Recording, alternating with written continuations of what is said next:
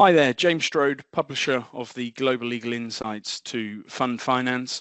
Joining me today is Samantha Hutchinson, leader of King & Spalding's Fund Finance team and England and Wales contributor for the Pink Book.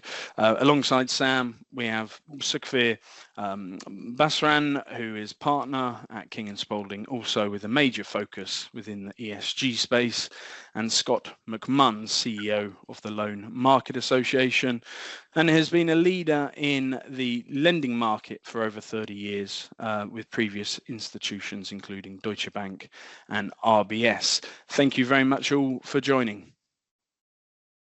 Thanks for having us, James. Thank you. Sam, I wanted to start with you, and if you wouldn't mind just bringing the Pink Book chapter to life this year, just provide us a brief overview of the UK fund finance market, any possible trends to come in 2025, and perhaps how you saw things close out in 2024.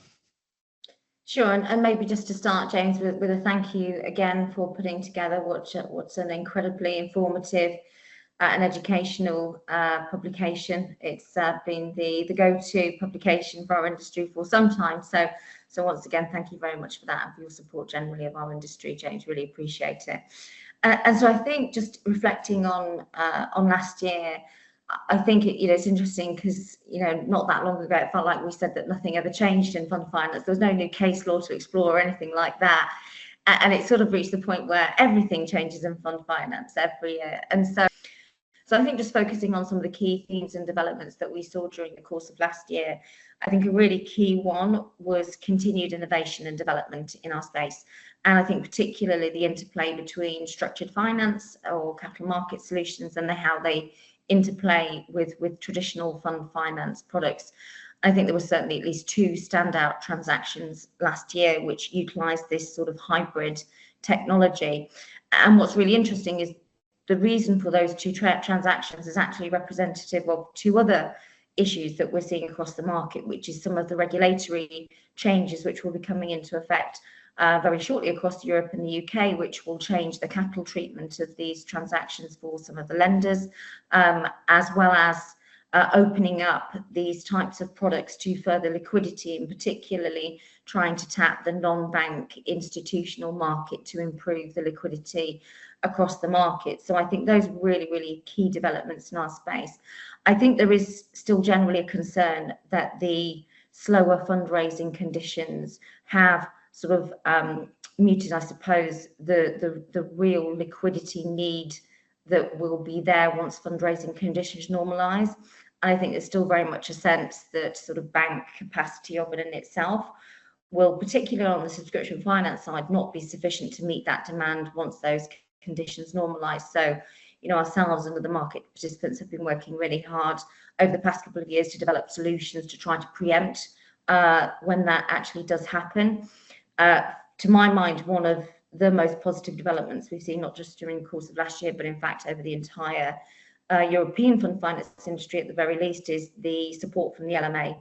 I know Scott's going to speak more on that, but I think to have such an independent, credible organisation that's achieved what it has across other asset classes, to have that support and that experience brought to the fund finance space is just exactly what we needed and exactly the right time. Because what we've also seen during the course of last year is, everybody will have seen this, an increased focus across many publications on our products. Lots of publications who are focusing particularly on the PNAV products, and what that in turn I think has driven is an increased focus by the regulators on our products. And I think our market has been around for a very long time, 25 plus years. NAV is not a new product. It's been around for a while. It's got an excellent track record.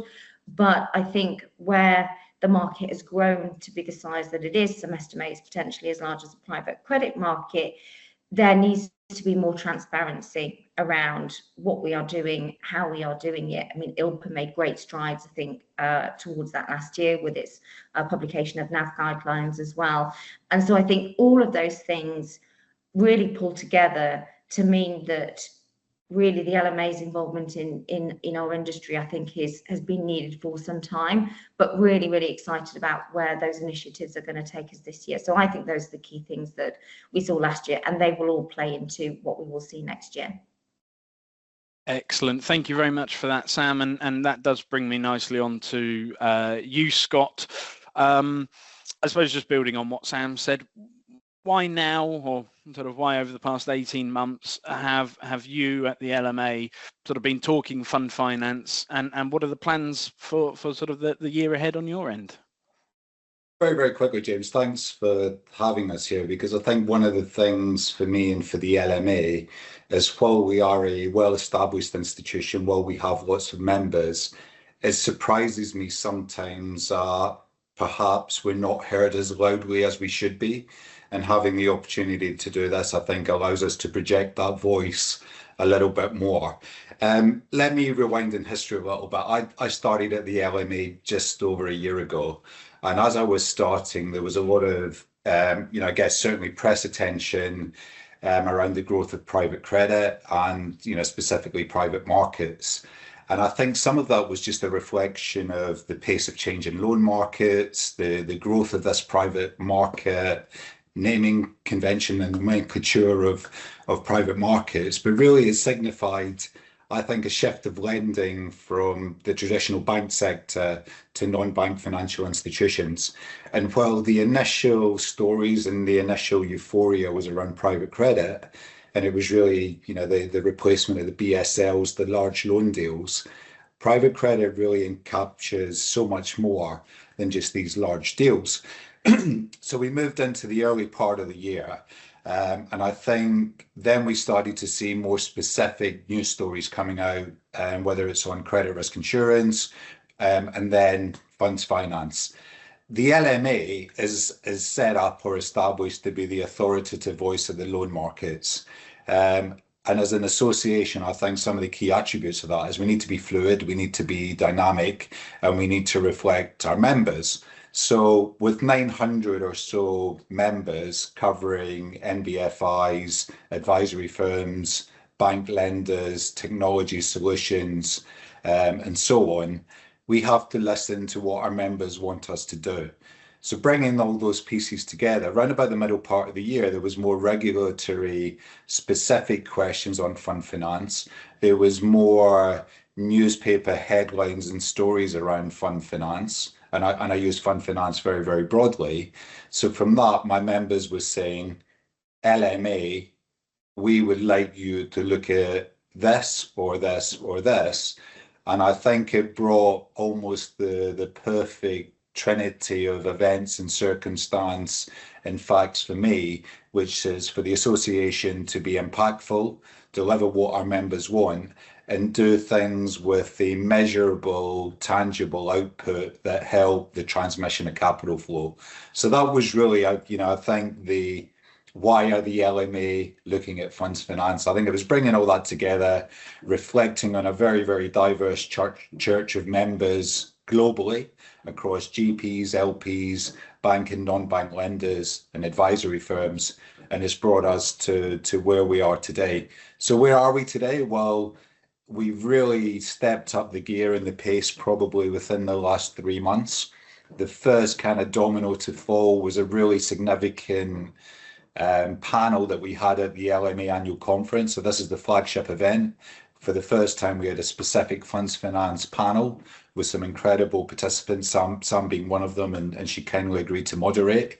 And from that, we founded 3 working groups focusing on regulatory response, transparency and documentation, education, with an adjunct to that being a group looking at the collection of data and facts, which we'll probably talk to later, all under the auspices of a committee with a advisory firm, a GP, an LP, a bank lender, a non-bank lender, and my good self. So that's where we are today.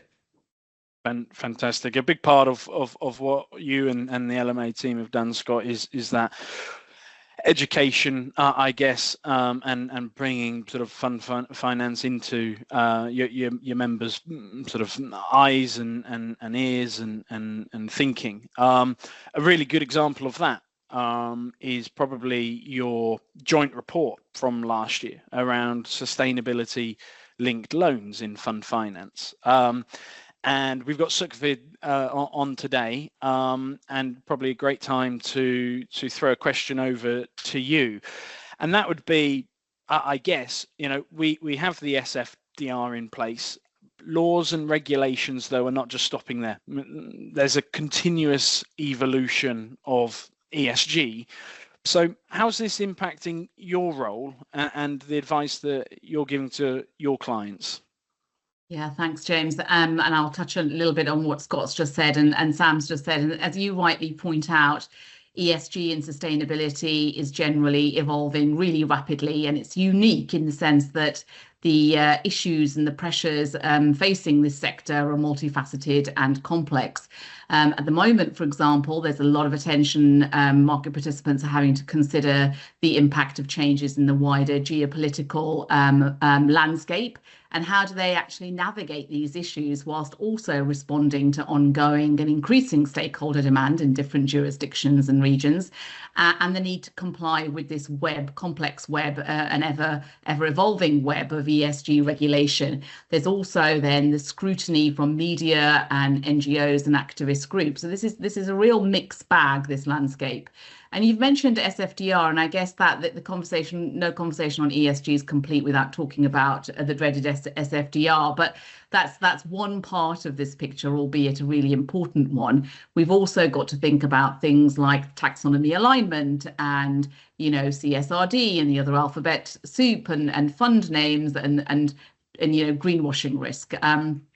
So when we look at all of this, all these interrelated issues in the context of a fund finance transaction, our roles really evolved to take into account all of this and look at that landscape in the context not just of the transactions, but the players that are involved in a fund finance transaction. And part of our role is that we're probably the only practice where we've got not just capital solutions, but a sort of a dedicated ESG angle and advisory role when we look at all fund finance transactions. And what that means is that we are trying, and as part of our role, really trying to maximize the opportunities for our clients in this for this asset class, and also minimizing the risk. So what do I mean by this? You've just referred to the LMA, LSTA guidance of application of the sustainability linked loan principles in fund finance. And that outlines some of the key challenges that are faced in a fund finance transaction. We need to be both innovative and efficient in addressing those challenges, and we need to think outside the box. So it may be the fact that, sustainability linked loan may not be the right structure. It may be a green loan that needs to be thought about. And how do we do this so it's efficient, it's not a heavy lift, it's cost effective as well for our clients? We can look at the data and information that's being created for the purposes of regulatory compliance and think about ensuring that there's consistency with that. And we also have a very strong working relationship with the LMA. So I'm part of sort of the sustainability committee for the LMA and work on the various additional documents that have been created in order to allow participants to deepen their understanding of how to use those. So examples of those are the sustainability linked loan model provisions and the green loan terms as well. We've worked with the LMA on both of those. The other aspect is what works best for a subline versus the NAV, and we've covered this a little bit in our chapter in the Pink Book, and Sam knows this, but really NAV structures are under and sustainability loan structures are underutilized, in my view, in NAV structures, and they are ripe for really trying to think about how we can integrate ESG terms. The other thing is supporting our clients using these ESG structures and the understanding of the wider landscape to broaden liquidity and also address greenwashing. So ensuring consistency across the whole spectrum and looking to what additional stakeholders and other actors and players in the market might be requesting. So we also need to think about that and advising on greenwashing. And again, the LMA is taking a really sort of leading role in addressing this. So we're in the midst of putting together a greenwashing insights report, which will look at how is the market responding to greenwashing risk, what the regulators are currently saying. That's the FCA, and ESMA over in the US, in Europe, and also the European Banking Authority. Should a fund finance transaction be labelled, and if so, and if it's not labelled, then how do we categorise this internally? Just to finish off, another important part is actually the non-advisory support the non-legal support that we're providing our clients with, and that's a combination of working with capital solutions, advising on KPIs, and really broadening our reach within the market. So providing end-to-end solutions and using our relationships with verifiers and also other ESG consultants. So that's, so our role really cuts across the whole of the fund finance transaction, but up into the various players and potential, liquidity providers as well. Thank you, Sukhvir. You've touched upon, well, numerous, I guess, fast-moving points there, and that, when we think fund finance and the continuous evolution, you've touched upon just a few of those in that answer. I pass it over to Scott with that sort of evolution in mind for 2025, and from your position, where do you see the industry going? Any particular headwinds? And I guess anything that you guys at the LMA are keen to tackle head on? Yeah, I think you've heard the three of us almost use the same word, innovation and evolution, through the answers across a broad piece there. You asked there about trends. I think I would start by saying the trends are very, very telling. We've got a starting point in number 50 billion to 1 trillion, depending on who you look at. And if that's the starting point, the trends are private markets are growing. Types of funds finance will necessarily evolve and innovate within that. And you've got to look at why. I'm a great believer in capital finds a way, and economics allows capital to move. And we have some really sophisticated parties involved in the sector that like optionality. They like the ability to innovate. And when you have all of those trends, the simple thing is this sector, this market is going to increase to support portfolio growth, to support maybe the slower pace of exits, to support potentially the ability to maintain portfolio value and deliver return to LPs. So you're going to have some increased innovation giving the GPs optionality about how they do that.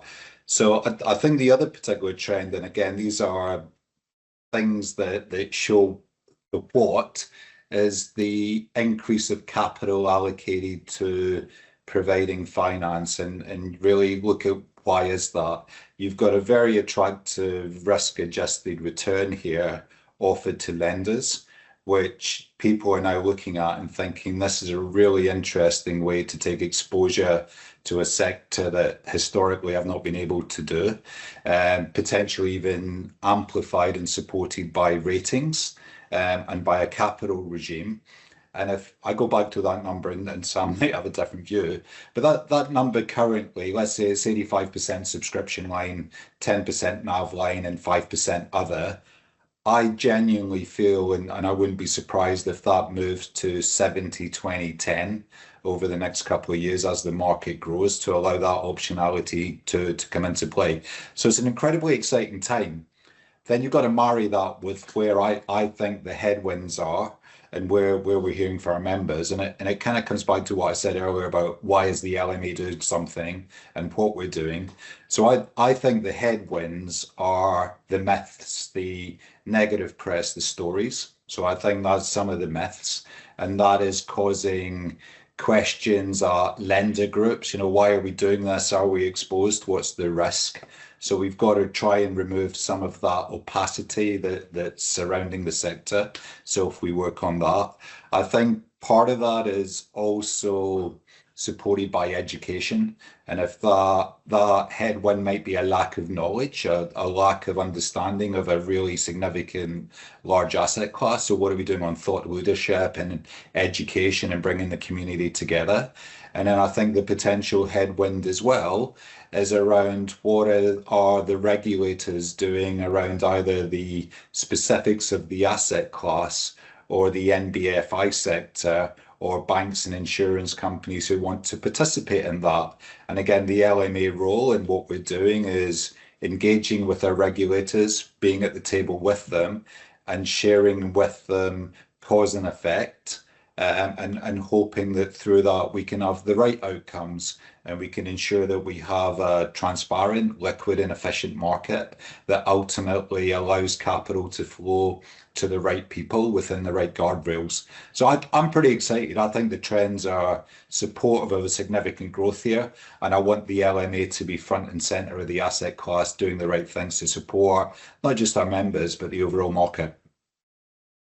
Thank you, Scott. All three of you being really positive on to, so I've loved the enthusiasm. So I hate to bring it down slightly by just thinking about some of those headwinds in a little bit more detail, and some of the more cautionary parts of the fund finance industry. Picking up, Scott, on just one thing you said about education, Sam, in the spirit of educating members and the whole industry, one of the things your England and Wales chapter touches upon is around enforcement. So just very briefly, and just to finish us off, quick overview of sort of the enforcement trends, key things to think about from your perspective in the market at the moment. Yeah, I mean, I don't look at this as a negative end to this conversation at all, really. I think it's a necessary part of the interrogation of NAV, which I think is warranted and welcomed by our industry, in order to, dissect what would happen, right, if there was a problem with one of these types of products. Because, let's look at the facts first. Let's look at the facts first, just to sort of frame this conversation. There's been an awful lot of talk about NAV, particularly over the past 18 months. I think subscription finance went through its education period. It's now a very settled, product within the overall fund finance sector, and there's lots of guidelines, and everyone sort of understands it and knows how to use it. The reality is NAV has been around for over 25 years, and I've said this multiple times, and it's used by other asset classes without question. So it's a staple part of secondary financing, private credit fund, ABLs, effectively a form of NAV financing, I suppose, infrastructure, real estate.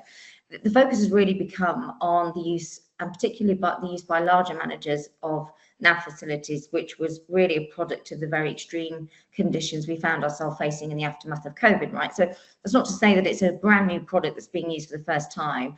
It's really not. And in fact, if you look at both that product and other types of NAV facilities that have been used, and I've been advising on for the last 25 plus years, at least, and others have in the market, over that period, across all of these, types of asset classes using these products, there have been very, very few material defaults.